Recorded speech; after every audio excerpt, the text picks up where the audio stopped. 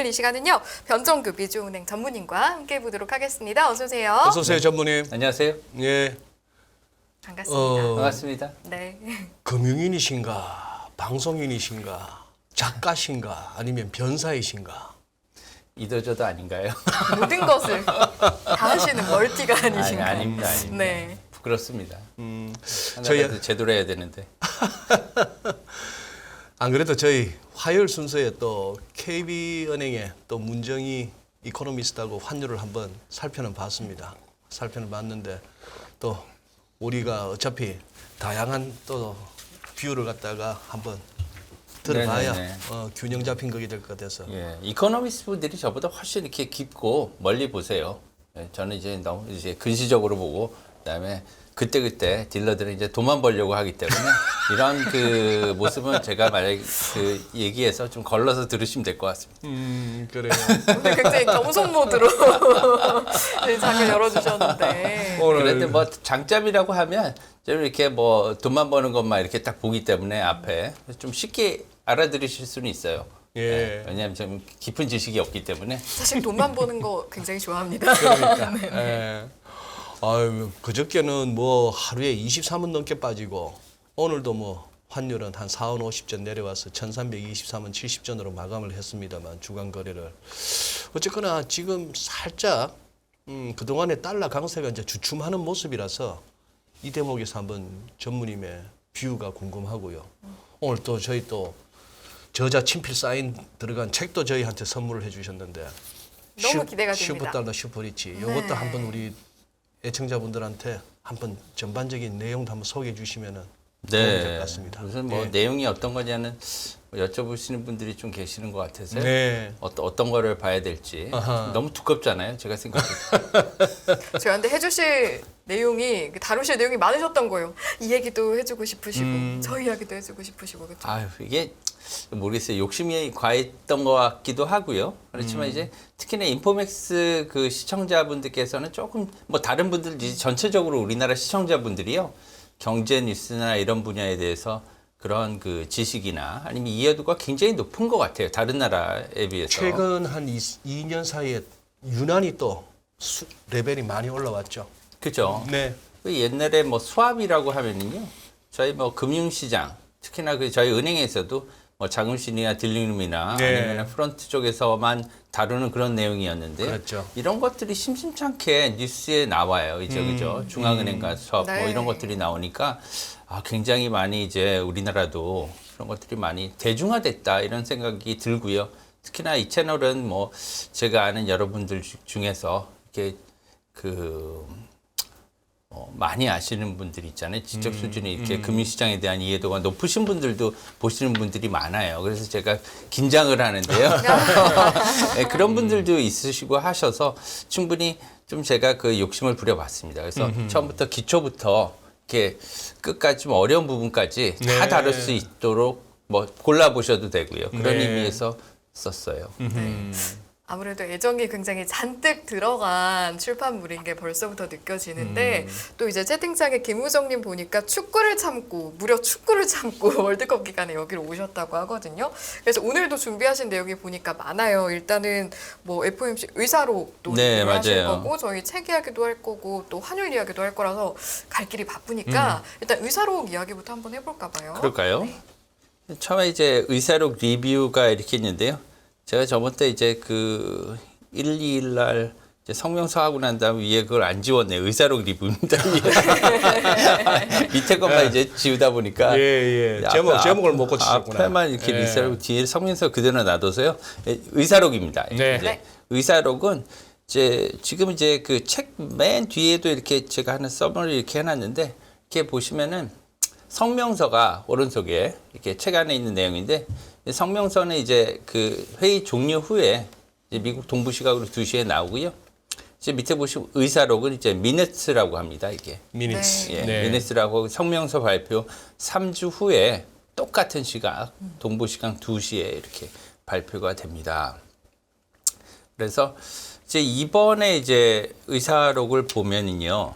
조금 이제 과거보다 완화된 덜 어그레시브한 그런 내용을 담고 있다고 공이 사람들이 얘기를 하고 뉴스에도 그렇게 보도가 됐지 않습니까? 네. 네. 예, 그런 것들은 뭐냐면 이런 문구가 있어요. 위원들 상당수가 인상 속도에 대한 둔화가 예, 적절할 것으로 판단했다. 이런 문구가 들어있기 때문에 이런 문구들은 뭐 굉장히 어떻게 보면 시장에서는 비둘기적인 그런 완화적인 기조로 이제 받아들여졌고요.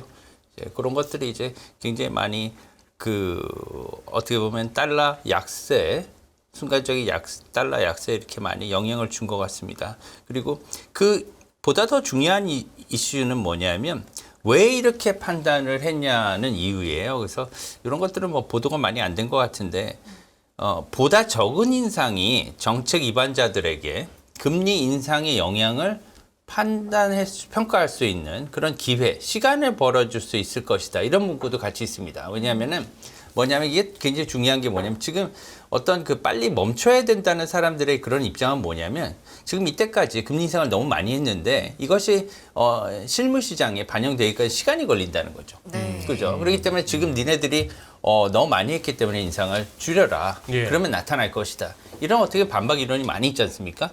예, 그런 논조에 대한 어떻게 보면 받아들인 거예요. 연준이. 그러면은 속도를 좀 조절해 보면 네. 멀리서 보면 기다려서 보면 이제 어떻게 될지 조금 우리가 시간을 벌면 그러면은 진짜로 인플레이션이 낮아졌는지 아니면 인플레이션이 그대로 계속 가는지 높이 볼 수 있을 것이다. 그때 가서 판단해도 늦지 않다. 뭐 엄청나게 인플레이션이 다시 높아지면 다시 올리겠죠, 이제. 이런 겁니다. 그래서 네. FOMC 12월 전망은요. 현재 이제 지금 미국 금리가 3.75에서 4%입니다. 4%. 이제 뭐 이렇게 밴드로 돼 있어요. 이렇게 밴드로 돼 있는데 네. 이게 0.5% 포인트가 올라갈지 0.25% 포인트가 올라갈지 이 두 가지 중에 하나인데 이제 자이언트 스텝으로 없을 것으로 이렇게 거의 공언한 상태입니다. 그런데 전문이에요. 네. 낮춰도 저렇게 그동안 0.75 하다가 순식간에 0.25로 낮춘다고요? 인상폭을? 뭐 그럴 가능성도 뭐 0.5% 포인트가 가장 대세긴 하지만 지금 0.25% 포인트 낮출 것이라고 얘기를 하는 그런 목소리가 없는 건 아닙니다. 그날 CPI 보고 결정하나요? FOMC 위원들이. 그날은 공교롭게 뭡니까? 11월 CPI도 같이 나오는 날입니다. 그렇지, 그렇죠. 네. 그래가지고 시차로 봐서는 CPI 보고 하겠구나. 보고하죠. 이제 네네. 그거 알고 있을 겁니다. 그 다음에는 그 전에 알겠죠. 예, 알겠죠. 왜냐하면은 그 S&P 보고서가 있거든요. 그 보고서 네. 거기 뭐 점도표도 있고 다 있지만 경제 성장률 CPI 이런 게 다 들어가 있는데 예. 그 안에 이제 그 리저널에서 이제 각 그 지방 연준이 예. 이제 보고하는 그런 자료들이 다 있기 때문에 아마 다 기존의 분석이 끝났을 것으로 생각합니다. 예. 0.5% 포인트를 올린다고 생각은 하지만 이만큼 이제 정책상의 변화가 있다. 그게 가장 중요할 것 같아요. 그리고 네. 두 번째는 뭐냐면 그런데 지금 잠깐만요, 네. 장모님. 우리 IMI님이 0.25%로 하면 오히려 충격, 경기 침체. 지금 이 말씀도 어느 정도 저는 이렇게 다가오는 게 0.75 4번 해서 자이언트 스텝 4번 밟다가 그동안에 뭐 살짝 금리 인상 폭을 줄이는 걸 갖고 피봇이라고 좀 과장되게 얘기를 했는데 그러다가 이제 마침내 그래 이제 0.75는 아니야라고 했더니만 0.5면 되는데 0.25까지 한다면은 아닌 게 아니라 얼마나 안 좋길래라는 생각도 할 수는 있겠습니다. 시장이. 글쎄요. 아니면 그냥 마냥 그냥 고마워할까요? 이게 지금 올해 5월 달부터 저희가 금리 인상의 그런 스케줄이었어요. 예. 위가 이제 미국이고요. 그렇죠. 예, 밑에가 예, 이제 예. 한국입니다. 한국은 끝났죠 이제. 그래서 네모 박스 우리는, 쳐놨습니다. 금년에 끝났죠. 네. 예, 3.25% 예, 끝났고요. 이제 여기서 이제 위에가 문제인데요. 이제 연말까지 이제 얼마나 벌어질까가 우리는 한국으로서는 네. 관심 아닙니까? 예. 그렇죠. 예, 왜냐하면 지금 달러가 어느 정도 진정되는 기미는 보이고 달러 인덱스는 지금 많이 내려와 있어요. 이따가 얘기 드리겠지만 200일 평균선, 이동 평균선을 하회했습니다. 이제 하회했기 때문에 굉장히 좋은 주식에는 좋죠 이제. 예. 네. 그런 어떻게 보면 좀 너무 높이 간 측면도 없잖아 있어요. 네. 예. 그렇지만 이제 그런 측면에서 볼 때는 좀 안정되는 측면이 좋기도 하다고 이렇게 생각하고 있습니다. 개인적으로는. 예. 그런데 문제는 뭐냐? 한미 금리 차가 너무 많이 벌어지면 그 달러 인덱스가 내려간 만큼 달러 원이 그렇게 또 안 내려갈 수도 있는 거거든요. 다시 오를 가능성도 있을 수도 있는 거기 네. 때문에 네. 그런 것들이 우리는 이제 약간 걱정이 되는 부분이죠. 예. 그래서 지금 위에서 보시면 0.5% 포인트가 인상된다고 생각했을 때 12월 달에 4.5%가 됩니다. 상단이. 미국 금리의 상단이 4.5%. 그럼 우리는 이제 3.25%이기 때문에 1.25% 포인트의 차이가 나게 돼요. 예. 예. 절대금리로. 125bp로. 예. 근데 문제는 뭐냐면 지금 이번에 이제 그 금통위의 가 있었지만 네네. 그것을 볼 때 우리나라 금리 인상이 더 없을 수도 있다 이런 생각도 저는 개인적으로 들었어요. 우리나라 예. 내년에 이제 금리 인상 더 없다. 그럴 수도 있다는 그런 생각이 좀 들긴 했습니다. 어떤 약간. 행간에서 그런 분위기를 좀 여러 가지. 네, 궁금해지네요, 갑자기. 네. 아니 뭐 반드시 그렇다는 게 아니고요. 네네네. 그럴 수도 있다는 생각도 네, 그러니까 어떻게 분위기를 들었어요. 조금 느끼신 것 같아서. 예, 왜냐하면은 한국은행이 굉장히 부담을 느끼는 걸로 이렇게 받아들였습니다. 아하. 저는 금리 인상에. 네. 지금 특히나 가계부채나 이런데 문제가 많았고요. 부담이 있지 않습니까? 그리고 네. 최근에 이제 뭐 CP라든가 이런 문제가 있었기 때문에 이제 특히 해외에서 언론에서는 저희가 생각하는 것보다 굉장히 이런 것들을 심각하게 다룬 측면도 없잖아 있습니다, 솔직히.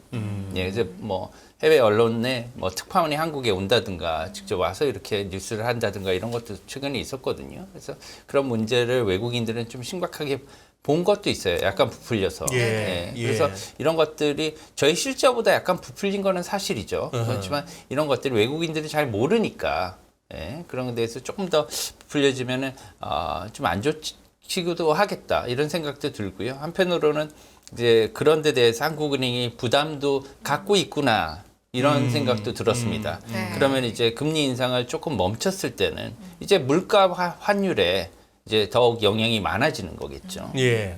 지금 시장은 어느 정도 우리가 미국의 금리 인상에 발맞춰서 내년 초까지는 물가 환율 때문에 쫓아갈 것으로 이렇게 생각을 하고 있는 거거든요. 예.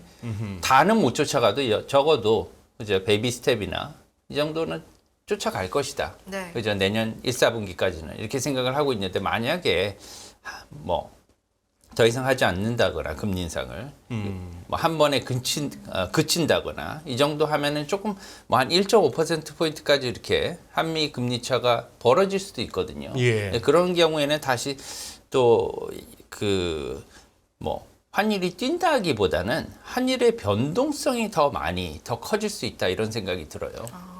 환율의 변동성. 네, 환율이 내려가고 올라가고 왜냐하면은 지금 그 갭이 있게 되고 괴리가 생기는 거잖아요. 그러면은 네. 그 금리 괴리는 이제 변동성으로 이어지게 되거든요. 보통 거래 시에. 그래서 이제 좋은 뉴스에는 굉장히 민감하게 반응을 하고 나쁜 거에는 더 민감하게 반응을 하는 거죠. 이제 이런 것들이 이제 있을 수가 있다. 그래서 내년 초에는 우리가 조심해야 될 것은 두 가지인 것 같아요. 환율에 있어서는 변동성이 조금 더 커질 수 있으니까 그것을 유의하자. 그래서 기업체 같은 경우에는 해지를 하자. 위험 분산이라든가 여러 가지 해지를 하자. 두 번째는 그 해지를 뭐냐? 하시면 반드시 매도 해지만을 말씀하시는 것도 아니고 선물안이나 이런 것들로 이제 만약에 그 익스포저나 아니면은 그 환 노출이 생겼을 때는 그때 이제 해지를 해지의 방법은 크게 두 가지가 있어요. 여러분들이 이렇게 달러를 가지고 이제 미국 테슬라나 아마존이나 주식을 사시잖아요. 그러면 네. 10,000불어치를 샀으면 10,000불 더 갖고 계시면 달러가 그럼 네. 그거 그냥 팔아버리시면 돼요. 왜냐하면은 달러를 가지고 미국 주식에 투자를 하셨으니까 10,000불에 환 노출이 생긴 거예요. 그죠? 달러 롱이죠. 네, 그죠? 롱이 된 거죠. 이거 롱이라고 하죠. 맞습니다. 네. 그러면은 숏을 하나 만들면 해지가 된 거예요. 그거 갖고 있는 10,000불 있으면 파세요. 그러면 이제 스코어가 되는 그러네요. 겁니다. 예. 환율이 오르든 내리든 개인적으로 할 수 있는 가장 쉬운 방법이죠.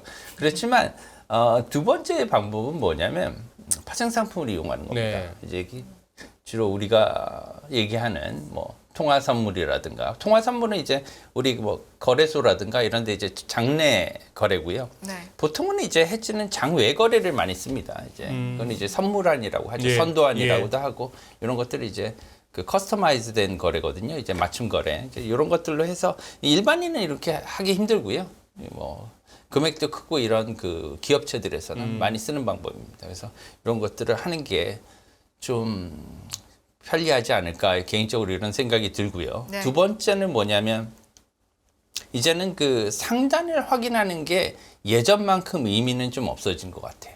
달러 환율 상승, 달러 강세의 상단을 확인하는 거. 아니요, 미국 금리의 아, 정점을. 미국 금리의 최종 금리가 소위 말하는 터미널 레이트가 네. 어디까지 가느냐. 예, 왜냐하면 네. 저번 주에도 말씀을 드렸지만 저희가 예상하는 금리는 네. 이제 뭐 최소 미국 금리가 최소 4.75%에서 금리 정점이 많게는 5.25% 사이일 거다. 네네네. 이렇게 생각을 대부분 하고 있지 않습니까? 예. 그리고 특히나 4.75%보다는 5%나 아니면 5.25%의 가능성이 큰 거지요. 네. 그죠? 그렇다고 볼 때는 내년 1사분기에 한 번이나 두 번 정도의 금리 인상이 더 있을 것이라고 보는 것입니다. 예. 네. 그리고 그것은 이제 그것을 본다면 이제 정점은 어느 정도 가까이 왔어요. 예. 1사분기 정도까지 올라갈 것이다. 이제는 언제까지 유지될 것이냐 이게 더 예, 문제거든요. 왜냐하면은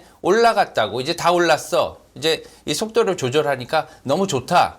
지금 이것도 어떻게 보면 약간 너무 빨리 반영을 하는 걸 수도 있어요. 특히나 금리 시장에는요. 왜냐하면 지금 갈 길이 멀거든요. 왜냐하면 네. 이것이 이제 유지가 되는 게 금방 안 내릴 거예요. 제 생각에는 이제 파월이 어느 정도 유지를 할 겁니다. 이렇게 빨리 올려놓고 네. 바로 내리는 것보다는 이제 인플레이션이 어떻게 진행이 되는지를 봐야 될 거 아닙니까? 그죠? 예, 봐야 되기 때문에 적어도 이제 내년 하반기까지는 이 금리를 끌고 갈 거예요.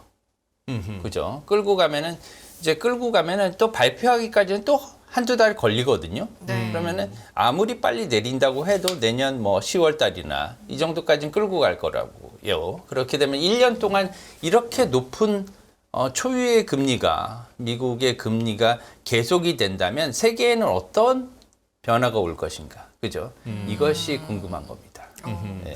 어떤 변화가 올 것인가라고 했을 때 일단 당장 원달러 환율은 이제 아까 전망하시기를 변동성이 좀 내년엔 커질 것이다라고 네. 말씀을 하셨잖아요.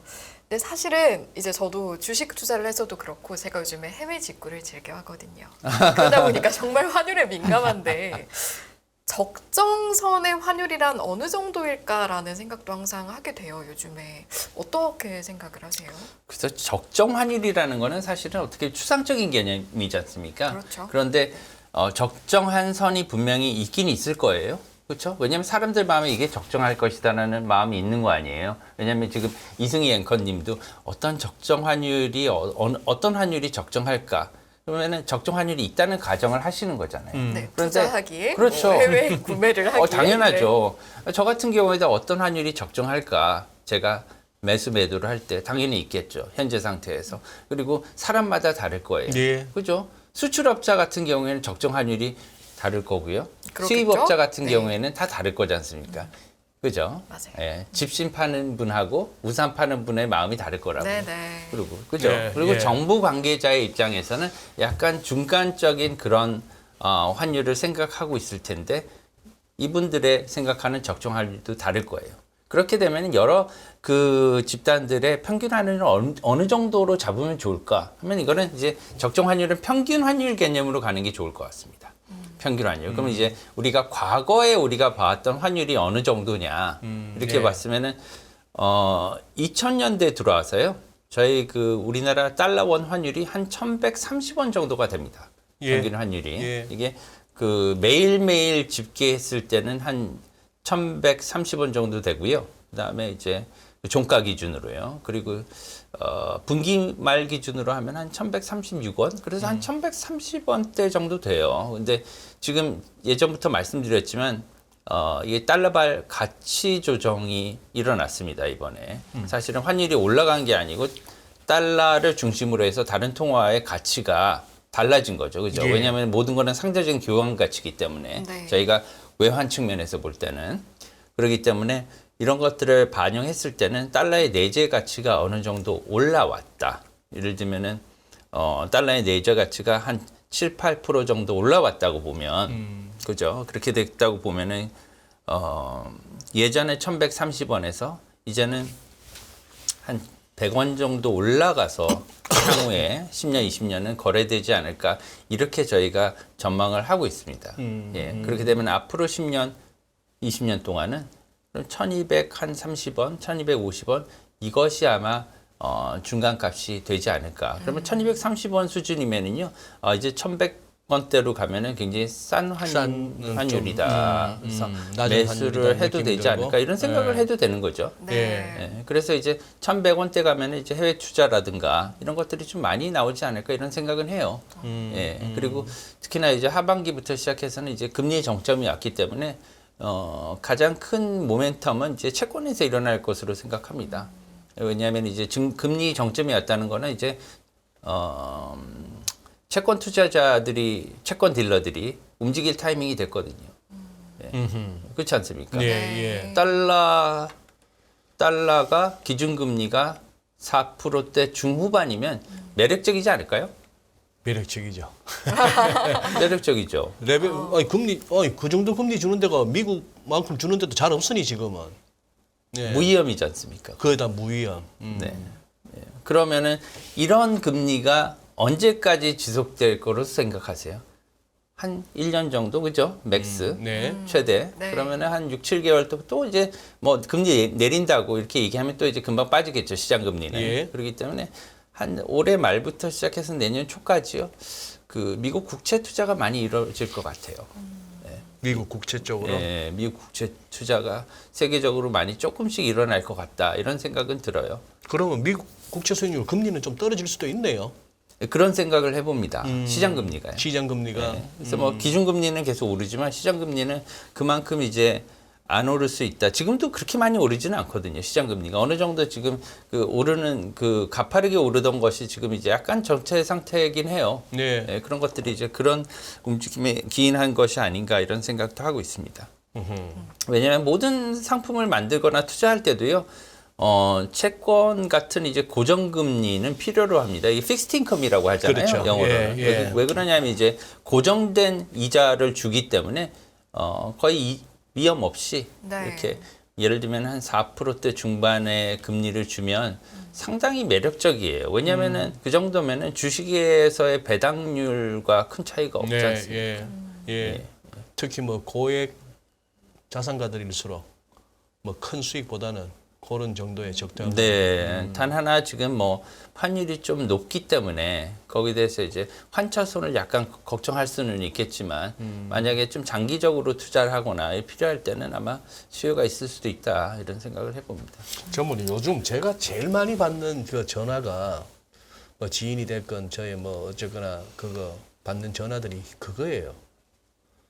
나 1,250원 다 이렇게 달러 수출 대금을 많많이 받는 분들이세요. 아, 개인 사업을 네네. 하든 뭐 기업에 있든 사업가분들이시군요. 하든 간에 한 1,250, 뭐 1,270, 80, 그 1,300원에 못 미쳤을 때 아니 뭐 1,300원이야 대한민국에서 이래가지고 해지를 많이 해놨더라고요.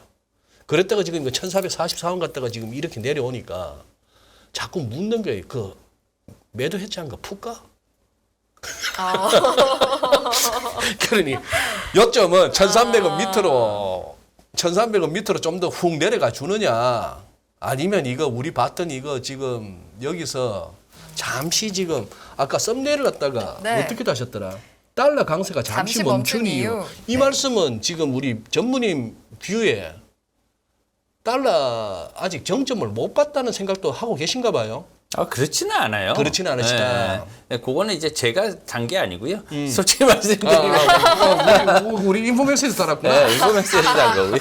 아, 그렇구나. 네, 예. 그렇군요. 네. 그래서 뭐 예를 들면 그래서 제가 여기 화면에 보시면은요.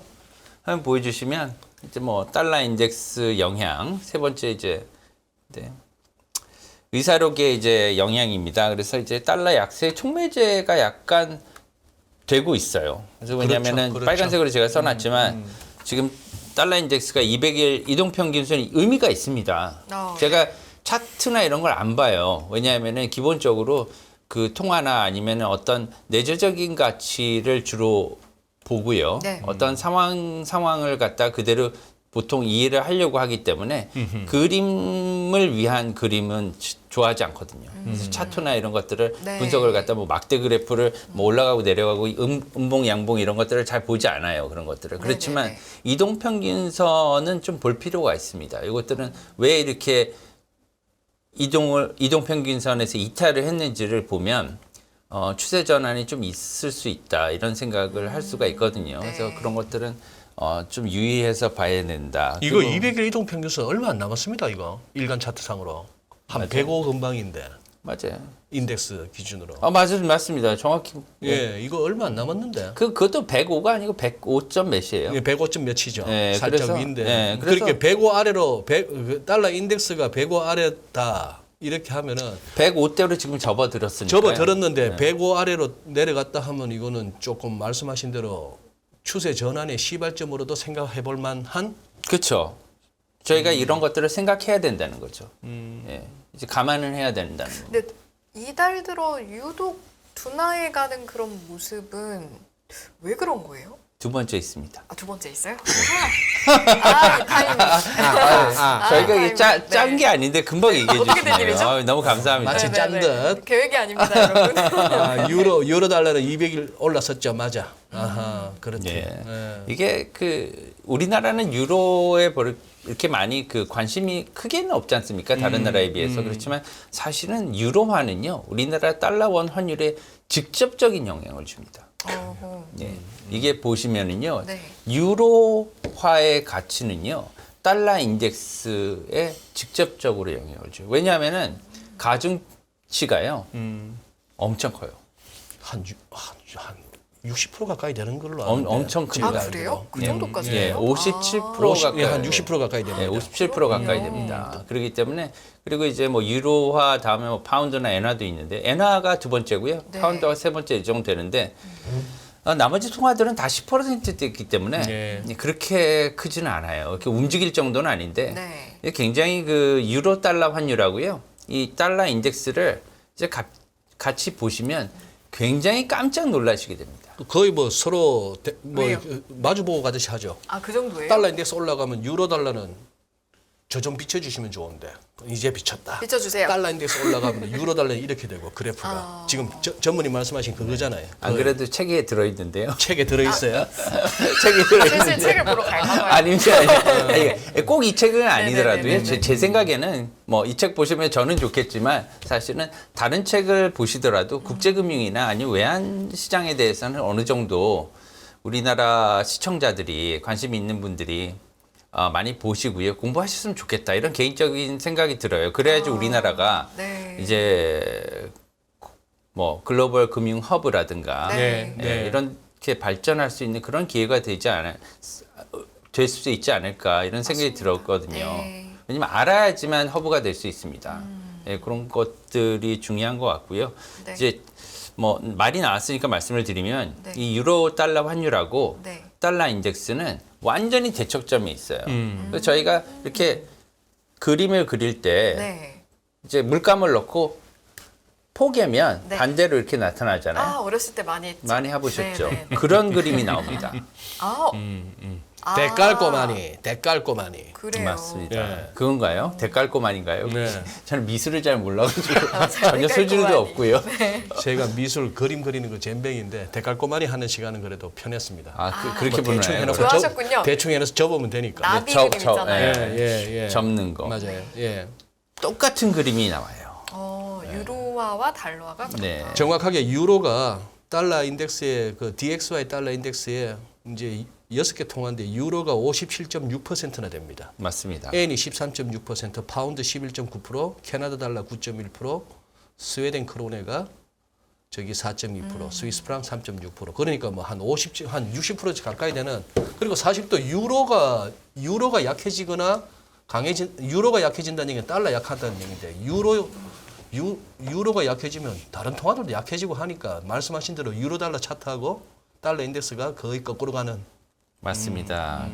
그래서 유로 환율은 좀 보는 게 좋아요. 예. 그리고 유로화에 영향을 주는 요인이 요새 많이 나오고 있습니다. 그게 가장 중요한 게 뭐냐면 요새 에너지 문제가 초미의 관심사잖아요. 예. 네. 유럽에. 특히나 이제 그 천연가스 LNG 이런 그 문제가 있는데요. 그래서 그 뭐 상한제는 합의가 불발이 됐습니다. 어저께 상한제 가격이 이제 너무 많이 높아져가지고요. 유로존의 천연가스가 많이 그래서 상한제를 하고 싶어했죠. 일부 국가들이 뭐 한 23배까지 뛰었습니다.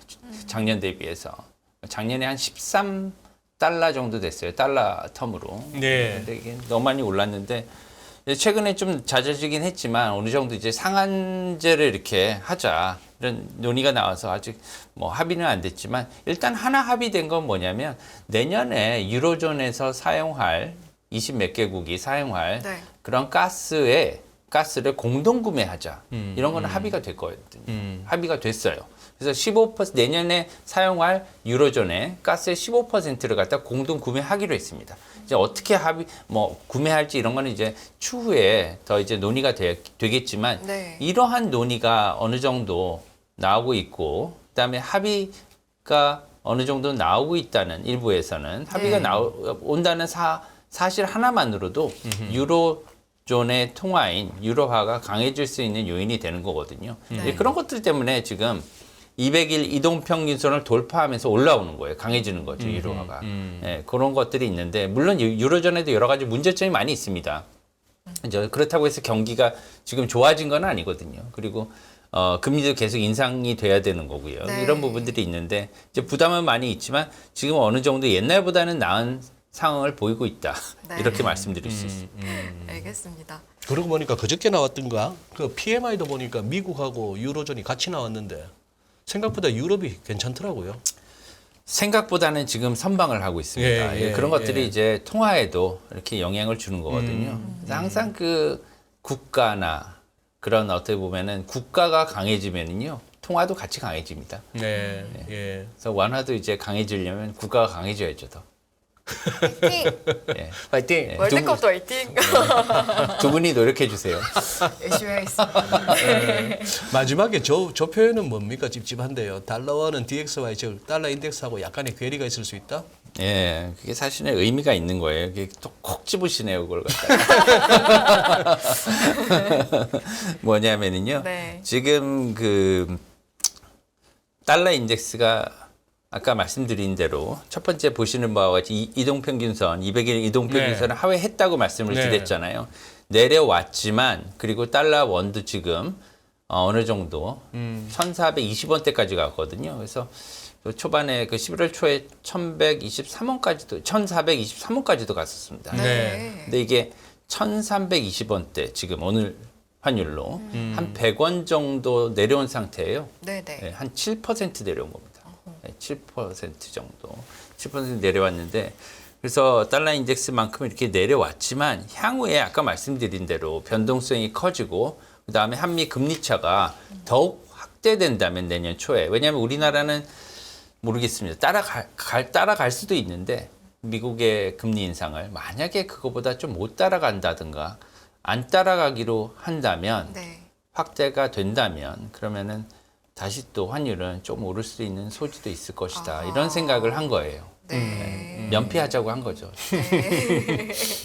알겠습니다. 네, 그런 것들 유의하시라는 겁니다. 네. 왜냐하면은 이것도 사회과학이기 때문에 그때그때마다 상황에 따라 판단을 해야 되지 않습니까? 네. 이런 것들을 미리 염두에 두시고 또 변동성도 커질 수 있다. 아까 말씀드린 그런 네. 것들을. 그래서 여러 가지를 염두에 두시고 그때그때마다 상황에 따라 대처를 하시면 좋겠다. 이런 의미입니다. 시나리오별로 이제 어떻게 난 대처해야겠다라는 게 머릿속에 있으시면 좋겠네요. 네.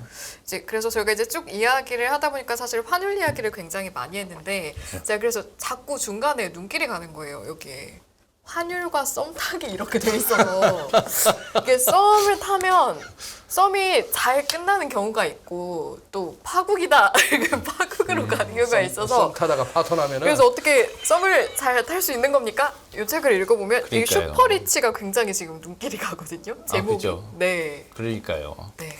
뭐 또 의미가 있나요? 슈퍼달러 슈퍼리치. 요 글쎄 의미는? 저는 이제 그 직접적으로 이렇게 돈을 버시라고 만든 책은 아니에요. 솔직히 말씀드리면. 그렇지만 그래요? 네. 저는 그런 생각이 들었어요. 지금도 이렇게 제가 부자는 아니지만 옛날엔 굉장히 가난했거든요. 그런 뭐 하나의 챕터가 있습니다. 있었다. 저기 안에도. 그래서 아, 그래요? 제가 이제 뭐 제이모 회사 네. 이제 입사를 했는데요. 그때 당시에 그 99년도에 JP 모건에 처음에 입사하기 전까지 이제 뭐 대학원 다니고 그랬었죠. 근데 취직이 안 되더라고요.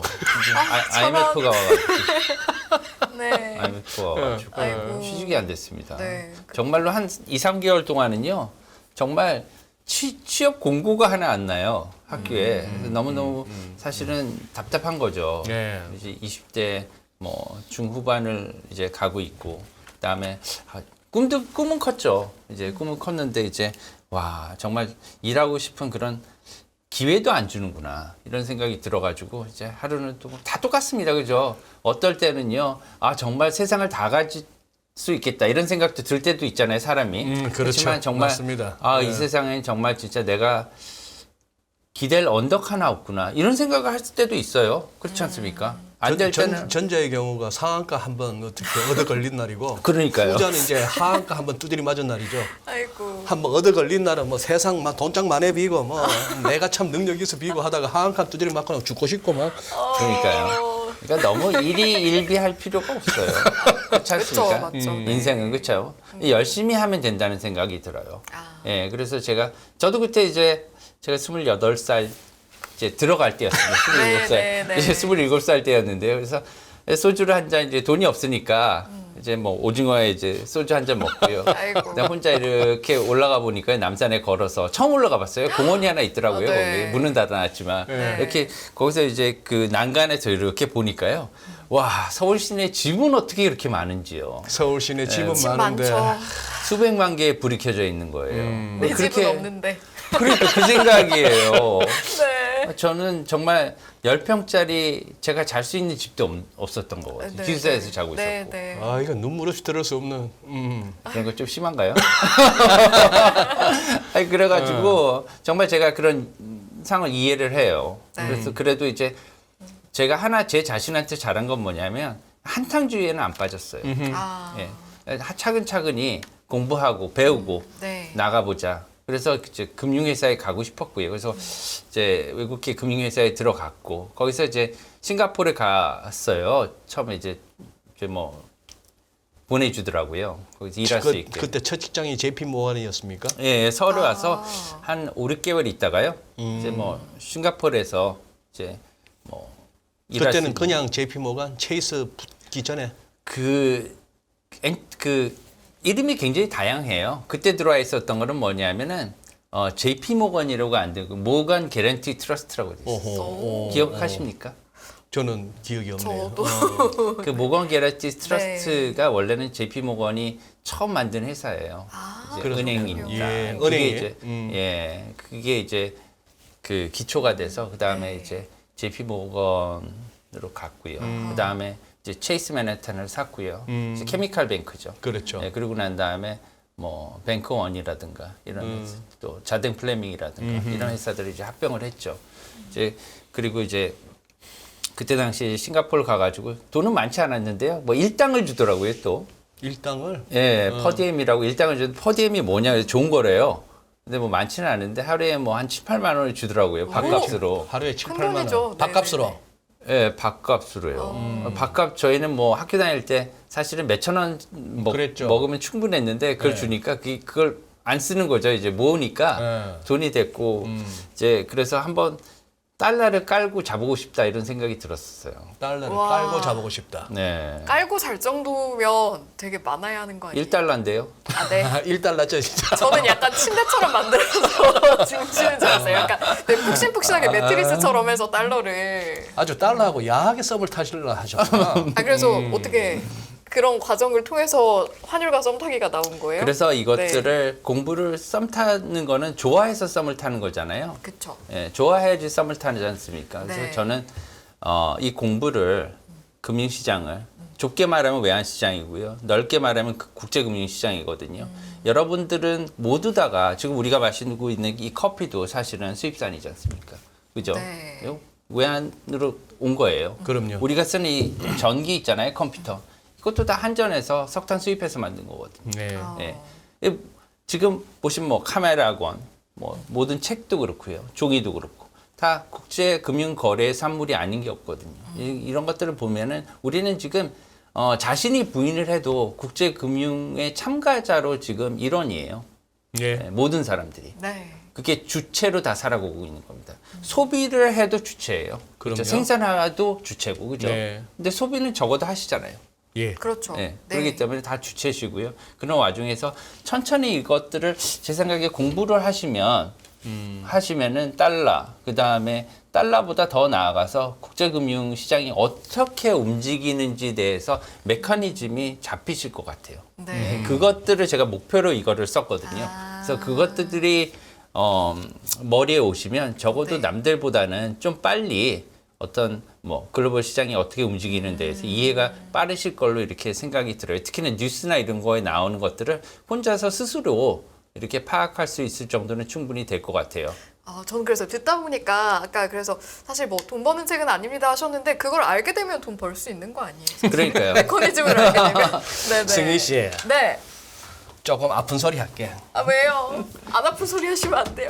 전무님께서 이걸 왜 쓰셨느냐? 왜 쓰셨을까요? 환율과 썸 타고 네. 환율에 대해서 좀 공부를 하고 하고 뭐 나름대로 전문가가 나와서 어떨 네. 때는 달러원이라 그러고 어떨 때는 유로 달러라 그러고 해서 달러가 앞에도 나왔다가 뒤에도 네, 나왔다가 네, 하면 네. 그렇죠. 그냥 그런 줄 알고 네. 왜 그럴까를 갖다가 고민을 하지. 네. 뭐 한글학회 물어보니까 원달러가 맞는데요라고 따라다니면서 댓글 달고 이러지 마시라고. 그리고 공부를 해야 아하. 슈퍼 리치가 되기 전에 네. 슈퍼 거지를 면해. 되게 중요한 얘기 하셨네. 여기저기 막 그래, 슈퍼 뭐, 거지가 뭐 되지 말자. 얼기설기한 그런 어떤 이론적 바탕하에 이거 들으면 이거 같고 저놈 얘기 들으면 저놈 얘기 맞는 거 같고 이러다가 쫓아다니다가 그거 한단 말이죠. 야, 근데 우리 전무님 또 약도 잘 파시네. 지금 이게 7번 우리 저기 애청자분들 저 자료실에 들어가시면은 우리 변 전무님의 자료는 있고 자료의 비번은 5555입니다. 늘 5555입니다. 혹시나 7페이지가 뭘까요? 예. 그러면? 네네네. 광화문이나 저 여의도나 뭐 이렇게 저 종각 근처에서 변정규라고 이름 적혀 있는 뭐 카드 신용카드 같은 거 주워 쓰시면 그냥 55 한번 찍어 보세요. 저는 왠지 그거 같습니다. 그죠. 제가 예, 계속 보니까 지금 저는 이게 재밌네요. 200개가 넘는 그림과 도표가 있는데 그렇죠. 말로 하는 것보다 그림 보고 도표 보면 쉽고 19명의 등장인물이 나오는데 네. 이거 봐. S전자 보나마나 삼성전자겠지. 반도체 차장 여기는 반시고 H자동차 현대자동차 차사라 과장 여기는 차시고 LG가 롯데제과는 베베로 과장 배시가 막 나오네. 빼빼로 과장 아니에요? 거기 나와 있는데요. LG가 그 베베로 과장은 생일도 11월 11일입니다. 그런 식으로 신기하다. 네. 그런 식으로 예, 왜냐하면 외환이고 금융시장이건 간에 배울 때는요. 사실은 돈은 좋지만 공부하기는 재미가 없어요. 어떨 때는. 그렇죠? 그러니까 조금 더 재미있게 특히나 이렇게 해놓으면 기억력이 오래 남을 수 있다. 저는 특히나 머리가 별로 안 좋아가지고 기억력이 별로 안 좋습니다. 그래서 제가 생각해 보니까 좀 재밌게 하면 기억이 좀 잘 나더라고요. 그래서 이렇게 좀 기억이 잘 나실 수 있도록 사례마다 네. 이렇게 11명의 그 등장을 시켰어요. 예, 그래서 참 전문이에요. 예. 우리 12월 1일 날 네. 공개 방송 때 네. 2부에서 전무님하고 신한은행 오건영 부부장하고 2부에서 하시잖아요. 네, 네. 근데 지금 우리 연합인터넷에서 연합뉴스 경제TV에서 준비하는 게 그날 행운권 추첨이 있더라고요. 회원권이요? 행운권. 회원권이요? 그 자리에 함께 하시는 우리 애청자분들, 예, 예. 그날 함께 하시는 분들한테 행운권 추첨을 준비하셨던데. 아, 그래? 뭘 주나요, 회원권이? 그러니 지금 제가 봐서는 우리 전무님도 그 행운권 준비를 좀 하셔야 될 것 같아요. 책 몇 권 갖고 오시죠, 그날. 그래서 행운권 뽑아가지고 예. 우리 애청자분들 몇 분 네. 슈퍼달러, 슈퍼리치. 저도 주나요, 회원권? 드릴까요? 아닙니다. 그러시면 좋을 것 같다. 아닙니다. 제가 그 책을 갖다가 제가 갖고 와서 드리도록 하겠습니다. 수표원장님은 이미 사셨대. 이미 사셨대요. 사인 받으러 오시겠대요, 그날. 아, 그럼요. 사인 해드려야죠. 해주실 거예요? 전 도장도 갖고 올 겁니다. 도장 저는 도장을 써요. 우와. 사인을 안 하고. 예, 저는 그 도장이 제가 쓰는 도장이 저 옛날부터 이제 도장을 좋아했는데요. 왜냐하면은 뭐 전 옛날 것도 좋고 뭐 신식도 좋고 좋은데 이제 도장 찍는 거는 좋아해요. 예, 그래서 이제 잉크가 자동으로 들어있는 도장을 씁니다. 이제 그 도장을 갖다가 제가 찍어드릴게요. 알겠습니다. 저희가 뭐 행운권이 있긴 한데 일단은 그 그 목록에 저희가 들어가 있진 않아서 대신에 오시면 그날 구매를 하실 수 있습니다. 저희가 현장에 100건을 준비해 놓을 테니까. 왜냐하면 제가 그 도장을 옛날부터 그 도장을 써왔는데요. 그 도장을 찍으면 왠지 좋은 일이 많이 일어나더라고요. 그래서 그래요? 좀 쉐어하고 싶어요. 그런 것들 꼭 찍어드리고 싶어요.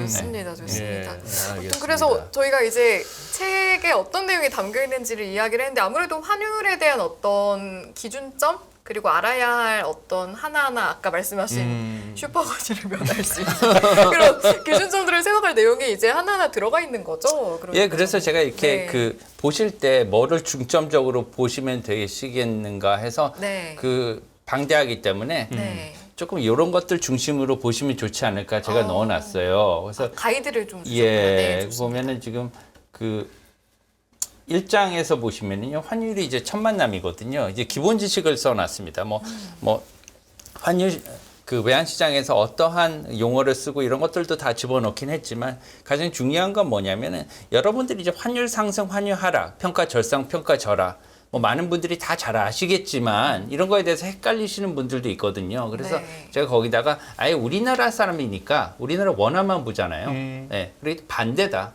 그죠? 예, 평가 절상, 평가 절상이면은 환율 하락이고요. 평가 절하면은 환율 상승이다. 반대로 간다. 그러니까 네네. 아예 그냥 도표로 이렇게 찍어놨어요. 외우세요, 그냥. 그렇게 하시면 편해요, 그죠? 네네. 예, 그렇게 하시면 편하고 그런 식으로 이제 중점적으로 어떤 일을 할 때는 그 모든 거를 이렇게 계속 나열해서 모든 거를 다 하시지는 않으실 것 같아요. 왜냐하면 중점적인 포인트를 잡아가시면서 거기에 살을 덧붙이는 방법으로 이렇게 네. 공부를 하시면 될 것 같고요. 네. 그리고 환위험에 대해서도 아까 제가 말씀드렸듯이 이게 환위험이 뭔지, 환 노출이 뭔지, 네. 그리고 환 위험은 왜 나오는지를 우선 기본 개념을 정립을 하셔야지요. 네. 그래야지 환율이 왜 중요한지를 아세요. 그래서 저는 이제 기본적인 그런 개념을 갖다가 확실하게 이런 파운데이션을 잡아드리는 걸 저는 해드리고 싶어요. 그래서 필요하죠. 그래서 1장하고 2장은 그런 데 중점을 두고 있습니다. 그래서 네. 우리가 그 환율 시장이 잘 이렇게 그 익숙하지 않은 거는요. 시장을 몰라서 그래요. 왜냐하면 서울 외환시장에서 어떻게 거래되고 무엇이 거래되고 그리고 누가 거래하는지 물어보면 아는 사람 없죠. 잘 몰라요, 사실. 그렇죠, 네, 그죠. 네, 네. 그래서 뭐 크게 전문적으로 아실 필요는 없어요. 그런데 어느 정도 한번 보시고 나면 다른 사람보다는 이렇게 이해도가 빠르실 거라고요. 그래서 네. 그 외환시장이 어떻게 거래가 되는지 그리고 이제 스위프트라는 것들이 많이 얘기가 되지 않습니까? 그렇죠. 예, 네, 그래서 스위프트하고 특히나 노스트로 계좌라는 개념도 있어요. 이제 그 스위프트라는 거는 계좌가 아니거든요. 이게 결제에 있어서 굉장히 중요한 건 맞는데 네, 네. 그냥 지시 시스템입니다. 결제 지시하는 시스템일 뿐이에요. 다른 네. 그러니까 결제를 할 때는 다른 지시 시스템을 사용해도 상관없는 거예요. 그죠? 물론 스위프트라는 걸 많이 사용하고 있기 때문에 그렇지 않습니까? 모든 네. 사람들이 같은 시스템을 쓰고 있는데 나만 다른 시스템을 쓰면 불편할 거 아니에요? 그렇죠. 그런 거예요. 메신저도 모든 사람이 어떤 메신저를 쓰고 있는데 나만 이 메신저를 쓰면 불편하겠죠. 그런 거예요. 네. 그렇지만 계좌는 아니다. 노스트로는 계좌다. 그렇기 때문에 달러 노스트로 계좌라는 걸 막으면 정말 전쟁 납니다. 그거는. 네. 그래서 옛날에 그 모 B 은행은요. 네. 정말 엄청난 제재금을 부과됐지만 바로 냈습니다. 그것도 내용이 있는데요. 그런 것들을 보시면 실제적으로 무엇이 달러를 움직이고 왜 달러를 움직이고 그다음에 달러가 어떤 영향을 주는지를 좀 파악을 하면서 보시면 좋을 것 같아요. 그게 실제로 여기 들어있기도 예, 하고요. 들어 있습니다. 그래서 그런 것들을 보면서 이제 그래서 책력이 좀 많아지긴 했는데요. 그런 것들을 한번 보시면은 좋지 않을까 이렇게 생각했고 네. 환율 전쟁은 이제 이것들을 뭐 지금 저희가 역환율 전쟁이라고 많이 얘기를 하지 않습니까? 네. 예, 그렇지만 이게 언젠가는 다시 환율 전쟁으로 예전과 같이 이제 갈 건데 그 기조는 사실은 뭐냐면 똑같아요. 모두 달러 때문에 일어난 거죠 지금. 네, 네. 네, 그래서 그런 것들. 그리고 3, 4장에는 3장은요. 아마 여러분들이 가장 그 난해하게 생각하실 겁니다. 그래서 중간에 넣어놨어요. 네. 근데 요것을 이제 산이죠. 산은 이제 올라갔다 내려오지 않습니까? 네. 산 정상이라고 생각하시면 돼요. 이 장을 갖다가 다 보시면 이제 정말 외환 모태솔로 탈출하십니다. 중요해요. 일단 탈출해야 돼. 예. 그러면은 이제 네. 여러분들은 정상에 올라간 밑이 다 보이잖아요. 그렇죠. 예. 이것을 정복하시면 그 다음에는 이제 편하죠. 일반인 중에서는 가장 전문적인 지식까지도 가지시게 될 거기 때문에 경제 뉴스는 이제 거의 껌이겠죠. 제 방송 보실 필요도 없습니다. 일단 제가 빨리 이걸 봐야 될 것 같아요.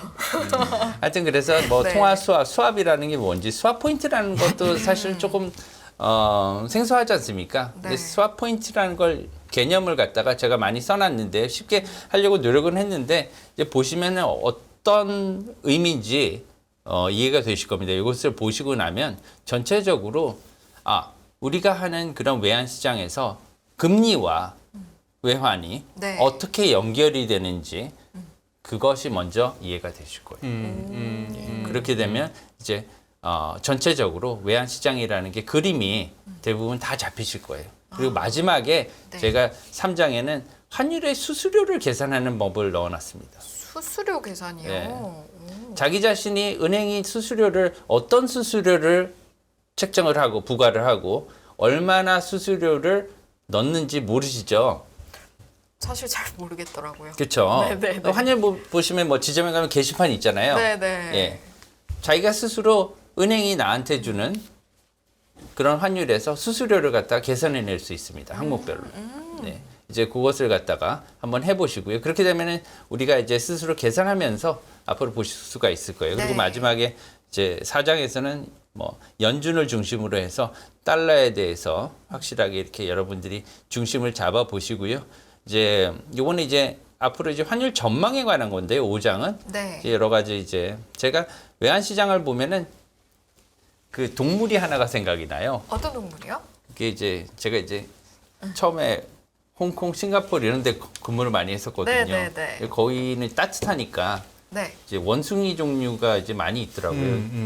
동물원에 가면. 네. 만드릴이라는 만드릴 검색해봐야지. 뭐 사람들은 이제 그 못생겼다고 막 그러는데 색깔이 막 엄청나요. 여러 가지 색깔이 있는데 못생겼다는데 자세히 보면은 좀 귀여운 구석도 있더라고요. 근데 이게 정신이 없습니다.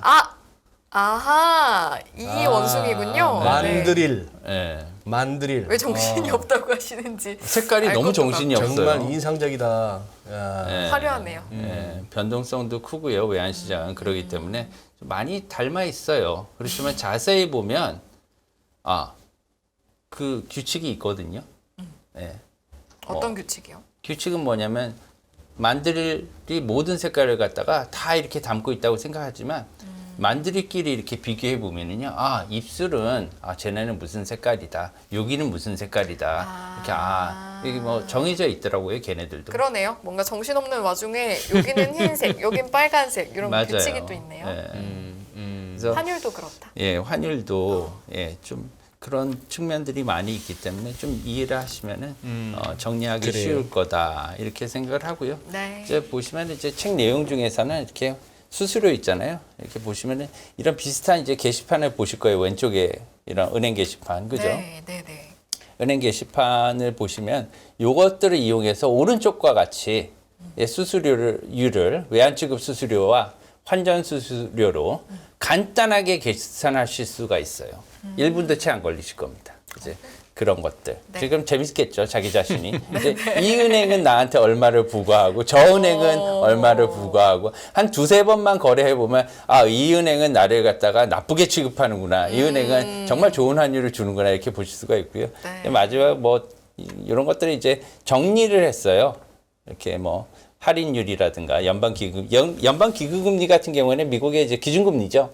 이제 이런 것들 헷갈리시지 네, 네. 않게 정리를 좀 많이 해드리는 게 제 업무다 이렇게 생각을 했어요. 그래서 도표를 많이 제가 만들었습니다. 좋은데요. 이게 은근히 하나하나 또 그때그때 찾아보려면 쉽지가 않고 네. 어디서부터 어디까지 알아야 되는지도 사실 잘 모르겠더라고요. 그래서 뭐 처음부터 이렇게 보셔도 되지만 그때그때마다 이렇게 찾아보시는 식으로 그렇게 하셔도 아마 될 것 같다 생각하고요. 네. 아까 수학의 드루이드님이 0.00 원달러 환율이라고 쓰시고 0.0007513이라고 쓰셨거든요. 채팅창에. 네. 이제 우리 수학의 드루이드님은 이제 정확하게 이제 외환 시장의 터미널리지를 정확하게 이해하시는 분인 거죠. 맞습니다. 이게 이제 달러원 환율 1,331원을 갖다가 1 나누기 1331 한 게 $1 환율입니다. 그러니 앞에 불러주는 놈 하나하고 뒤에 불러주는 놈이 몇 개 이게 환율이거든요. 그래서 우리 맨날 유로 달러 정합니다. 예. 예, 유로 달러 그리고 파운드 달러 그런다가 어떨 때는 달러엔, 달러 위안, 달러엔 뭐 이러고 있는데 그 부분이 어느 놈은 달러고 어느 놈은 달러가 앞에 왔다가 어느 놈은 뒤에 가는지도 아마 변 전무님은 설명해 놓으셨을 것 같습니다. 이렇게 돼야만이 차트를 보실 때마다 각 통화마다 이 통화가 지금 세진 거야 약해진 거야도 이해하실 수가 있고. 구글에 한번 쳐보시면 돼요. 예, 그렇습니다. 그렇게 되니까 근데 거기서부터가 이렇게 그거 하면은 원화가 절상됐습니다. 뭐 원화가 약세됐습니다. 환율이 올랐습니다. 내렸습니다. 갖고 자꾸만 헷갈려 하시니까 네네. 그걸 갖다 이렇게 하다 보면 진짜 어떤 패널 분들이나 이런 분들이 전하고자 하는 방향성이나 이거는 자꾸 놓치시고 저기 뭔 소리였더라 이렇게 되니까 그거라도. 근데 이렇습니다. 시장에 수학의 드루이드님 같이 정확하게 아시는 분하고 기본적인 용어나 어떤 시장의 관행조차도 이렇게 익숙치 않으신 분들이 한꺼번에 있으니까. 너무 정확하게 잘 알치고 계시네요. 그렇죠. 예.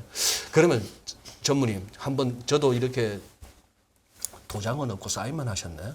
아, 도장도 있다. 도장도 있어요. 도장도 있다. 도장도 네네네, 있다. 오, 도장 대박. 있어요. 네. 도장도 찍혔네. 기대 없이 보셨다가 놀라셨어요 지금. 저희가 열심히 네네. 또 한번 읽어보겠는데 아까 홍규강님도 그러셨고 어쨌거나 지금 문제는 여기서 말이죠, 전무님. 우리가 얼추 그 중요하게 생각하시는 200일선이 얼추 1,300원인데, 1,300원인데 우리 환율이 그거하고 네. 우리 코스피 네. 200일선이 얼추 2,500이에요. 그렇죠. 요 놈이 운명을 같이 할 것 같은데 1,300원 깨지면서 코스피도 2,500도 좀 올라가주는 뭐 길게는 말씀 안 드리고 그죠. 연말 그리고 내년 한 1월까지 가능? 사실은 그 말씀을 드린 거예요. 우회적으로. 그게 가능하다. 예, 왜냐하면 지금 뭐 저렇게 뭐 이럴 거다 뭐 이런 말씀하는 거 싫어한 거 아시잖아요, 그죠? 제가 뭐 오를 거다 뭐 이런 것들 저는 그런 거 별로 좋아하지도 않고 대충 뭐 얼버무려서 말씀을 하시더라도 아마 방송 끝나시고 나면 당황스러우실걸요. 썸네일은 이렇게 간다라고 막 달려 나올걸요. 그래요? 변정규 전무가 연합인포역에 나와가지고 2,500 위로 가고 1,300원 밑으로 간다라고 그냥 썸네일 달 겁니다. 옛날에 그 그 한마디로. 홍콩에 있을 때 주식 파생 그 딜을 하나 할 때 그 술 마시고 저희 보스한테 내년에 하이닉스가 많이 올라갈 거다 이런 말 하나 했다가 엄청나게 욕 먹었습니다. 보스한테요? 예. 왜요? 너가 그걸 어떻게 알아? 너 그 반대로 가면 너 그만둘래? 어우, 진짜. 그 다음부터 제가 생각을 달리했어요. 홍콩의 보수 같으면 산전수전 다 겪었을 거고 고수일 텐데. 대단한 사람이죠. 그 고수가 네가 그걸 어떻게 알아? 네, 진짜 고수네. 고수입니다. 보면 하수들이 보면 지가 안다고 이거는 얼마 갑니다. 언제 어디까지는 갑니다가 하수예요. 진짜 좀 고수들은 보면은 정말 맨날 모르는데. 잘하셔서 그런 게 아닐까요?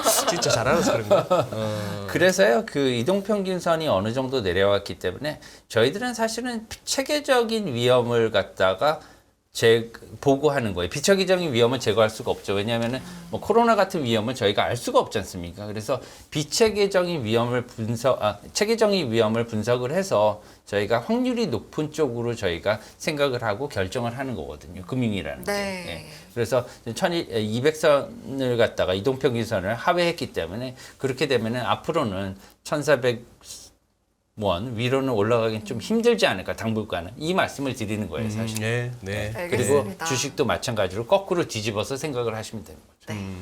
네. 알겠습니다. 그리고 좀 더 딥한 내용은 12월 1일 날 우리 또 불소홀에서 한번. 그때도 그런 내용 합니까?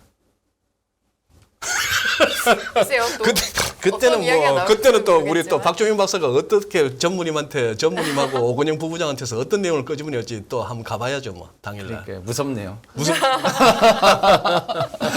예, 알겠습니다. 네. 네, 감사합니다. 네, 전무님 한번 잘 읽어보겠습니다. 오늘 고맙습니다. 네. 그런데 많이 아까 부족한 책이에요. 다람쥐님이 변전무님 책 이거 슈퍼달러 슈퍼리치 이북은 없나요? 그 이북으로도 읽고 싶으신가 봐요. 이북 나올 겁니다. 나온다? 그래요. 나온다고 합니다. 네, 걱정하지 마시고요. 벌써 안 나왔나요? 벌써 나왔다고 제가 얘기는 검색해 보니까 아직 이북이 뜨진 않는데 이제 곧 뜨겠네요. 이제 곧 나올 거라고 하시는 거 보니까 조금만 네. 기다려 주시고요. 그래요. 자. 가턴턴님은 변 전무님이 직접 읽어주는 책도 발행했으면 좋겠어요 하시는데. 제 목소리가 가감엘 같아가지고 싫어요. 여러분. 아니 변사 왜요? 변정규 변사의 그 이거 읽어주는 책 좋아. 네네. 여러분이 많이 읽어주시면 또 직접 읽어주시는 콘텐츠도 생기지 않을까요? 네. 감사합니다. 잘 봐주셔서. 네. 근데 아까 저 취업하실 때 그 취업할 무렵에 말씀 들으시고 다들 깜짝 놀라시네. 우리 변 전무님 그렇게 젊으신 분이야 이러면서. 이걸 마지막으로 인사드리고 보내야 될 것 같아요. 그러니까. 자, 네, 아무튼 오늘 이렇게 일부 이 시간 함께해서 정말 감사합니다. 의미 있었고요. 네, 오늘 변정규 미주은행 전무님과 함께했습니다. 고맙습니다. 네, 감사합니다. 고맙습니다, 전무님.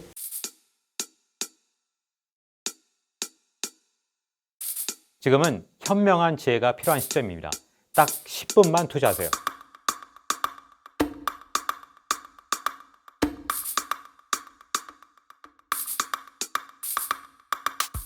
제 영혼을 갈아 넣었습니다.